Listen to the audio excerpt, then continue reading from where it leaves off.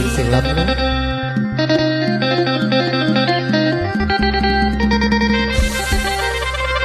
งามเธอเด้นังนอง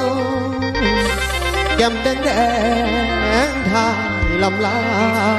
ำเศร้าไม่ห่างลูกสาวสั่งมางามกระดองอยากขอเข้าห่มวิวาเดี๋ยวว่าทางน้องลาเอาหัวแต่ดอกเย้าไว้บาดเขาปานีไก่จังแม่นงามแท้เด้อีน้องไอ้นี่มาปองสั่งสาวไม่ห่างลูกสาวมาเป็นคู่ขอดูแลลูกน้อย3 คนนั้นได้หำเฮียนโอ้เดินนาเดิ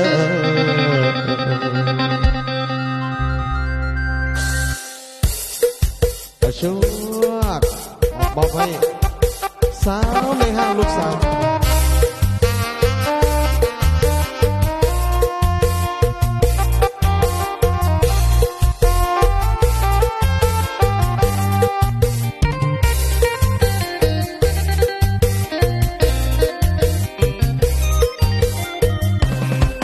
วันแห่มันคือปลาไข่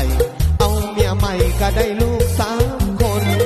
บ่ต้องทำบ่กำให้ยากให้มันลำบากตักน้ำดังไฟแต่งงานแล้วมีลูกไว้ใส่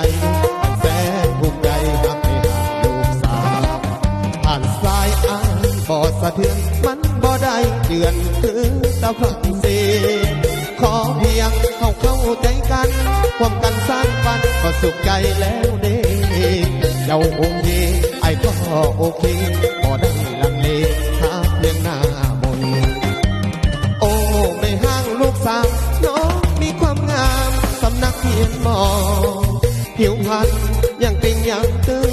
นับว่าเป็นหนึ่งบ่มีไผทอแก้บ่อยลอยดึกใจกระดองยามเข้าไปต่อออกเข้าใจเอาที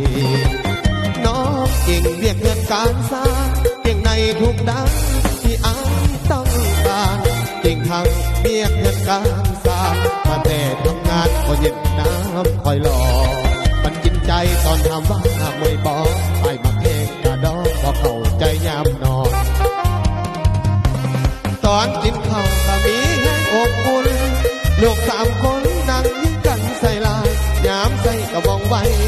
เมียไม่ห่างเถือกใจคักเล็กลายสบายใจลายเน่บ่เสือล้อเอาเน่ใจเว่เอาเพียงน้องนาไม่ห่างลูกสาวบ่ต้องน้อยใจถึงขัวเจ้าป่าละไปคุณเขาบ่ละบ่ได้อยู่กับน้องลูก2ก็แต่งมาหมดแล้วเหลือเพียงน้องแก้วไม่ห่างลูกสาวอย่าน้อยใจไปเลยคงงามไปเฝ้าติดตามเพียงหน้ามนคนเขาเฝ้าว่าทางห้องมักง่ายถ้าเอาเมียไม่ห่างทางได้บอกแค่ตั้งประเทศพูดจะเลยแท้ๆก็ยังมักคือกันน้องเป็นคนสามัญ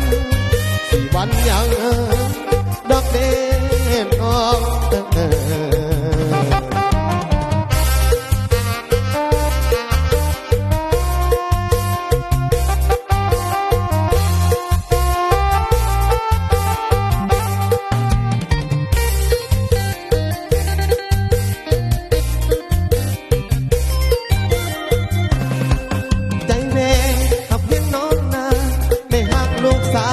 บ่ต้องน้อยใจถึงผัวเจ้าป่าละไป